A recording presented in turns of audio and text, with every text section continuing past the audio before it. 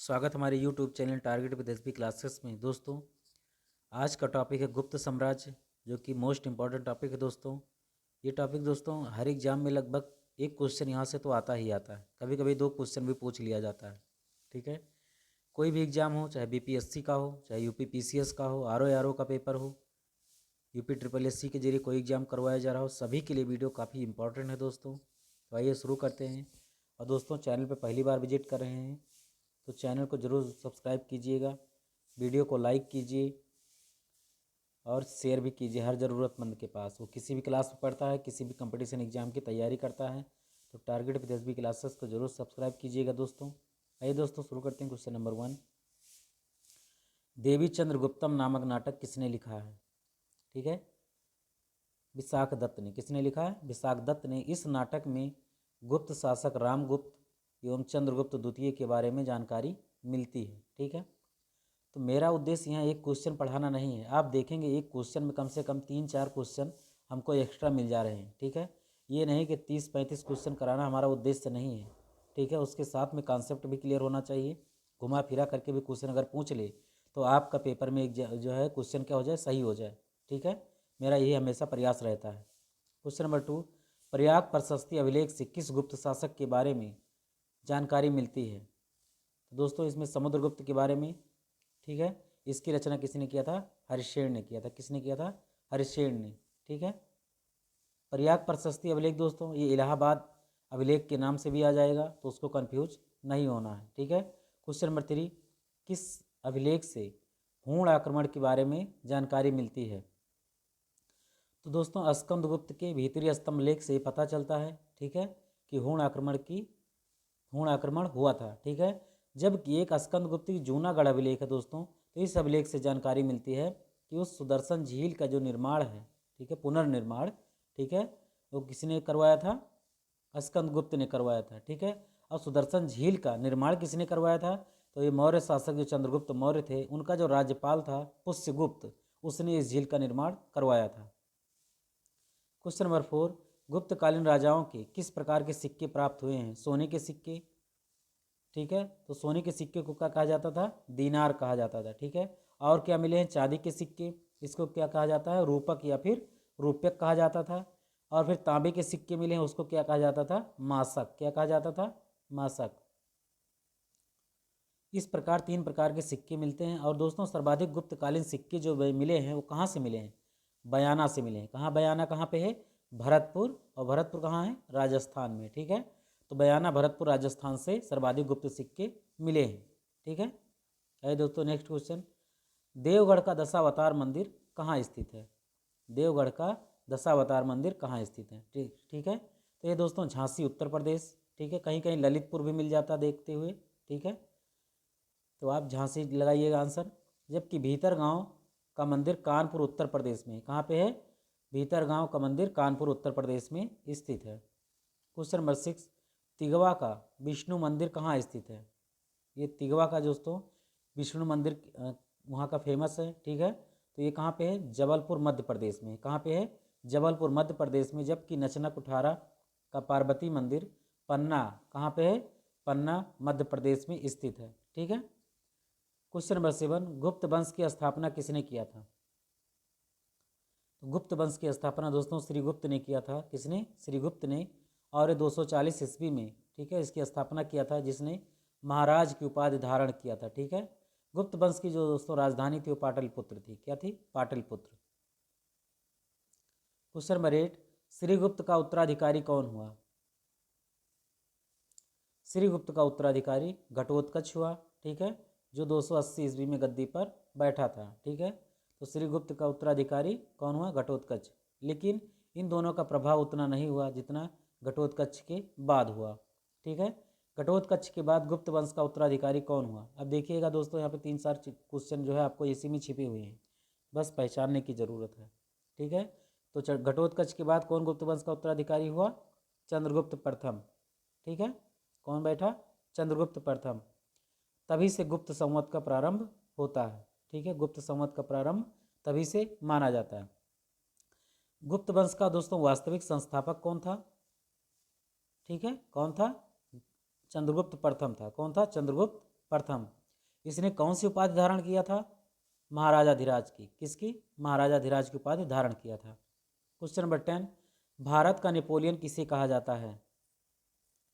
भारत का नेपोलियन किसे कहा जाता है? तो चंद्रगुप्त प्रथम का उत्तराधिकारी जो था समुद्रगुप्त। कौन था? समुद्रगुप्त को भारत का नेपोलियन कहा जाता है। ठीक है, किस सन में जो गद्दी पर बैठा था? 350 ईस्वी में। ठीक है, क्यों कहा जाता है? क्योंकि उसने आर्यावर्त के 9 और दक्षिणावर्त के 12 शासकों को पराजित किया था। ठीक है, दक्षिणावर्त के 12 शासकों को पराजित किया था। इन्हीं विजय के कारण इतिहासकार जो थे विसेंट स्मिथ, कौन थे? विसेंट स्मिथ ने समुद्रगुप्त को भारत की नेपोलियन की संज्ञा दिया था। ठीक है, किसने दिया था? सर विसेंट स्मिथ ने। ठीक है, किसको? समुद्रगुप्त को भारत का नेपोलियन की संज्ञा दिया था। ठीक है, आइए देखते हैं दूसरा क्वेश्चन दोस्तों। क्वेश्चन नंबर 11, किस गुप्त शासक के सिक्कों पर उसे बीणा बजाते हुए दिखाया गया है? ठीक है, तो समुद्रगुप्त को। किसको? समुद्रगुप्त को। इससे ये पता चलता है दोस्तों कि समुद्रगुप्त जो है बीणा वादक था। ठीक है, और उसको संगीत प्रेमी भी था। वो कवि भी था, संगीतज्ञ था तथा विद्या का संरक्षक भी था, यानी कि विद्या को संरक्षण देने वाला था। इसलिए उसे क्या कहा गया? कविराज की उपाधि दी गई है। तो क्वेश्चन ये पूछा जा सकता है कि किस गुप्त शासक को कविराज की उपाधि दी गई थी? तो आप समुद्रगुप्त लगाएंगे। क्या लगाएंगे? समुद्रगुप्त। क्वेश्चन कहीं से भी आ सकता है। ठीक है, तो चारों ओर आपका दिमाग होना चाहिए। ताम्रपत्र में समुद्रगुप्त को परम भागवत की उपाधि मिली है। ठीक है, क्या मिली है? परम भागवत की उपाधि मिली है। किसको? समुद्रगुप्त को ताम्रपत्र में। ठीक है, क्वेश्चन नंबर 12, समुद्रगुप्त का उत्तराधिकारी कौन हुआ? तो समुद्रगुप्त के बाद रामगुप्त गद्दी पर बैठता है। कौन बैठता है? रामगुप्त गद्दी पर बैठता है, लेकिन वह शकों से पराजित हो गया था। ठीक है, जो शक थे उससे पराजित हो गए थे, और अपनी पत्नी, जो उनकी पत्नी थी ध्रुव देवी, क्या नाम था? ध्रुव देवी, उसको भी देने के लिए तैयार हो गया था। ठीक है, क्वेश्चन नंबर 13, रामगुप्त का उत्तराधिकारी कौन हुआ? ठीक है, तो रामगुप्त का जो उत्तराधिकारी हुआ दोस्तों चंद्रगुप्त विक्रमादित्य हुआ। कौन हुआ? चंद्रगुप्त विक्रमादित्य। ये 375 ईसा पूर्व में राजगद्दी पर बैठा। उसने शकों को पराजित कर रामगुप्त की विधवा से विवाह किया था। ठीक है, उसने शक जो उसकी पत्नी हड़प लिए थे रामगुप्त की पत्नी को। ठीक है, फिर रामगुप्त को मारा गया। ठीक है, उसके बाद जो उसकी विधवा थी, ठीक है, उससे जो विक्रमादित्य, चंद्रगुप्त विक्रमादित्य ने विवाह किया। ठीक है, और फिर एक रामगुप्त का पुत्र था गोविंद गुप्त, और फिर एक इनका पुत्र था चंद्रगुप्त द्वितीय का। तो इन दोनों के बीच में दोस्तों गद्दी पर बैठने के लिए काफ़ी विवाद मिलता है। ठीक है, अभी हम आगे देखेंगे। मेहरौली का लौह स्तंभ कहाँ स्थित है? ठीक है, और इससे क्या पता चलता है? क्वेश्चन नंबर 14, मेहरौली का लौह स्तंभ कहाँ स्थित है और इससे क्या पता चलता है? तो दिल्ली में कुतुब मीनार के पास खड़े एक लौह स्तंभ, यानी कि इसको मेहरौली का स्तंभ कहते हैं। इस पर खुदे हुए अभिलेख से चंद्र नामक राजा का उल्लेख मिलता है दोस्तों। राजा की कीर्ति का वर्णन किया गया उसमें, और इसकी पहचान किससे की गई है? चंद्रगुप्त द्वितीय से की गई। किससे की गई है? चंद्रगुप्त द्वितीय से। क्वेश्चन नंबर 15, शकों पर अंतिम रूप से विजय किसने पाई? तो ये पाई दोस्तों चंद्रगुप्त द्वितीय ने। किसने? चंद्रगुप्त द्वितीय ने। इसने अंतिम शक शासक रुद्र सिंह तृतीय को पराजित किया। ठीक है, अंतिम शक शासक रुद्र सिंह तृतीय को पराजित किया। इसके बाद उसने विक्रमादित्य की उपाधि धारण किया। ठीक है, विक्रमादित्य का क्या मतलब होता है दोस्तों? कई बार आपने सुनते हैं। ठीक है, तो आप कंफ्यूज मत होइएगा। इसका मतलब होता है पराक्रम का सूर्य। क्या होता है? पराक्रम का सूर्य।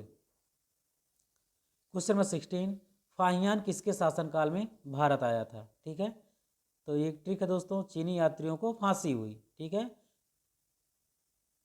फाहियान, फिर उसके बाद सिक्यांग फ्रीद सिंह। ठीक है, ऐसे सभी लोग आए हैं। वो चीनी यात्री था दोस्तों चंद्रगुप्त द्वितीय के शासनकाल में 399 ईस्वी में भारत आया था। कौन? फाहियान। किसके शासनकाल में? चंद्रगुप्त द्वितीय के शासनकाल में। चंद्रगुप्त द्वितीय का प्रमुख उपाधि क्या था दोस्तों? विक्रमांक, विक्रमादित्य, परम भागवत, और इसके क्या अन्य नाम है दोस्तों? देवगुप्त, देवराज, देवश्री। ठीक है, तो इसको याद रखिएगा दोस्तों। ठीक है, इसके और भी नाम उल्लेख मिलते हैं।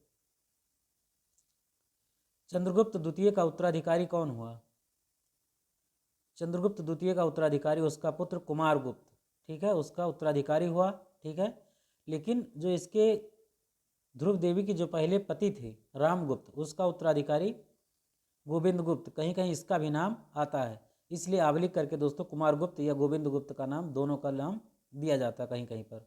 ठीक है, तो जो सबसे प्रमाणिक है दोस्तों, मैं वही क्वेश्चन आपके बीच में लेकर के आया हूँ। ठीक है, आप कुमार गुप्त पे लगाइएगा। ठीक है, कहीं कहीं पर गोविंद गुप्त का भी नाम आता है। कुमार गुप्त ने नालंदा विश्वविद्यालय की स्थापना किया था। नालंदा विश्वविद्यालय को ऑक्सफोर्ड ऑफ महायान कहा जाता है। क्या कहा जाता है? Oxford of Mahayana. स्कंदगुप्त राजगद्दी पर कब बैठा? तो कुमार गुप्त का उत्तराधिकारी स्कंदगुप्त 455 ईस्वी में गद्दी पर बैठा। भीतरी स्तंभ लेख से प्रथम होड़ आक्रमण इसी के शासनकाल में हुआ था। ठीक है, स्कंदगुप्त के शासनकाल में। क्वेश्चन नंबर 19, किस गुप्त शासक ने सुदर्शन झील का पुनरुद्धार किया? ठीक है, अब यहाँ पे दोस्तों एक पीछे क्वेश्चन है, यहाँ पे कंफ्यूज मत होइएगा, वो शक शासक थे, ये होड़ आक्रमण है। ठीक है, कंफ्यूज मत होइएगा। क्वेश्चन नंबर 19, किस गुप्त शासक ने सुदर्शन झील का पुनरुद्धार किया था? ठीक है, ये दोस्तों कौन है? स्कंदगुप्त, बताया गया ऊपर। सौराष्ट्र के गवर्नर प्रणदत्त के पुत्र थे कौन? चक्रपाली। इन्हीं को ये कार्य सौंपा गया था, उसी ने इसका पुनरुद्धार किया। यहाँ पे एक विष्णु मंदिर का भी निर्माण करवाया था। ठीक है, एक विष्णु मंदिर का भी निर्माण करवाया गया। क्वेश्चन नंबर 20, सती प्रथा का पहला प्रमाण किस अभिलेख से प्राप्त होता है? मोस्ट इंपॉर्टेंट क्वेश्चन दोस्तों, ये भानुगुप्त के अरण्य अभिलेख से 510 ईस्वी में सती प्रथा का पहला साक्ष्य जो है सामने आता है। इसमें एक गोप नामक राजा के सेनापति की पत्नी की सती होने का उल्लेख मिलता है। ठीक है, क्वेश्चन नंबर 21, गुप्त वंश का अंतिम शासक कौन था? तो गुप्त वंश का जो अंतिम शासक था दोस्तों विष्णुगुप्त था। कौन था? विष्णुगुप्त था। इसने 543 से 550 ईस्वी तक शासन किया। अब इसके सैन्य प्रशासनिक को देखते हैं। ठीक है, प्रशासन कैसे चलता था? क्वेश्चन तो अधिकतर दोस्तों यहीं से आते हैं। तो गुप्त काल में चाट एवं भाट किसे कहा जाता था? ठीक है, तो साधारण सैनिकों को दोस्तों चाट कहा जाता था, जबकि पुलिस कर्मचारियों को भाट कहा जाता था। क्या कहा जाता था? भाट। क्वेश्चन नंबर 23, कर की दर कितनी थी और किस प्रकार लिए जाते थे? नगद लिए जाते थे या अनाज के रूप में लिए जाते थे? ठीक है, तो कर की दर दोस्तों जो थी वो 1/4 से 1/6 के बीच होती थी। ठीक है, सर्वाधिक प्रमाण यही है।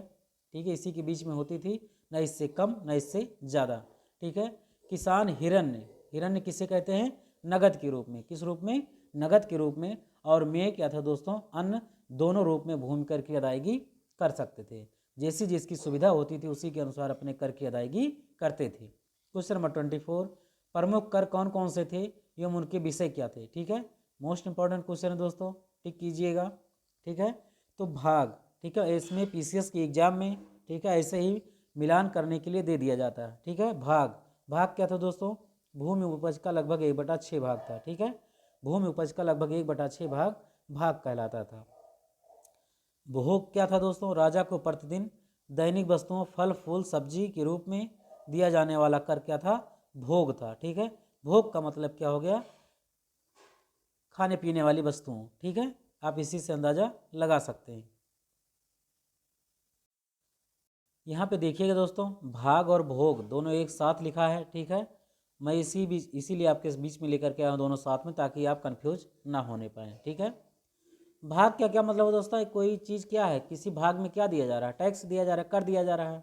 ठीक है, आप यहीं से अनुमान लगा सकते हैं। भोग का मतलब क्या हो गया? भोग विलासी, आप समझते हैं। ठीक है, ऐश्वर्य जीवन व्यतीत करने वाला। ठीक है, तो कहने का मतलब भोग का मतलब क्या है? जो फल फूल सब्जी जो है उसको जो है प्रतिदिन, ठीक है, खाने वाली चीज़ों के रूप में टैक्स दिया जाता था। उद्रंग क्या था दोस्तों? अस्थायी कृषकों पर लगाए जाने वाला भूमि कर। क्या था? अस्थायी कृषकों पर लगाए जाने वाले कर को उद्रंग कहा जाता था। ठीक है, ऊपरी कर क्या था दोस्तों? अस्थायी कृषकों पर लगाए जाने वाला भूमि कर। ठीक है, जो नियमित रूप से खेती नहीं करते थे उसको ऊपरी कर कहा गया है। भूतावाद प्रत्यय, तो विदेशी वस्तुओं के आयात पर लगाए जाने वाले कर को क्या कहते थे? भूतावाद प्रत्यय।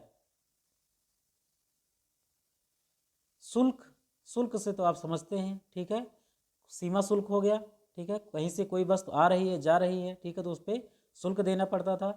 और बिक्री की वस्तुओं पर लगाए जाने वाले कर को क्या कहते थे? सीमा शुल्क। क्या कहते थे? सीमा शुल्क। क्वेश्चन नंबर 25, ध्रुवाधिकरण एवं न्यायाधिकरण नामक अधिकारी की कौन कौन से कार्य थे?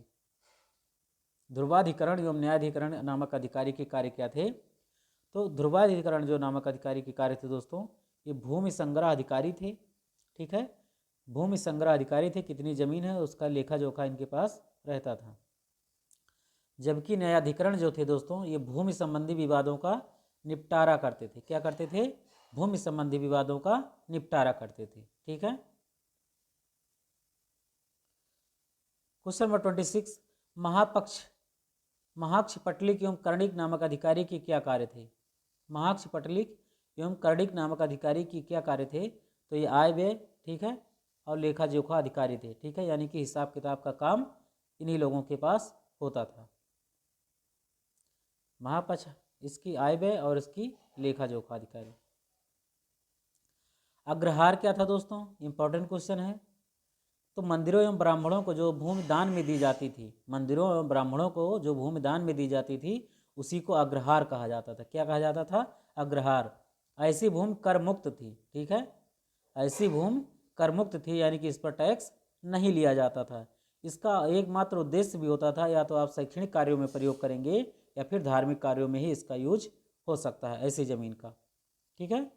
क्वेश्चन नंबर 27, वेश्यावृत्ति करने वाली महिलाओं को क्या कहा जाता था? ठीक है, तो गणिका कहा जाता था। क्या कहा जाता था? गणिका। जबकि वृद्ध वेश्याओं को कुट्टनी कहा जाता था। क्या कहा जाता था? कुट्टनी। ऐसा उल्लेख कामसूत्र एवं मुद्रा राक्षस में मिलता है। कामसूत्र के रचनाकार कौन है? वात्स्यायन। और मुद्रा राक्षस के लेखक कौन है? विशाखदत्त। कौन है? विशाखदत्त।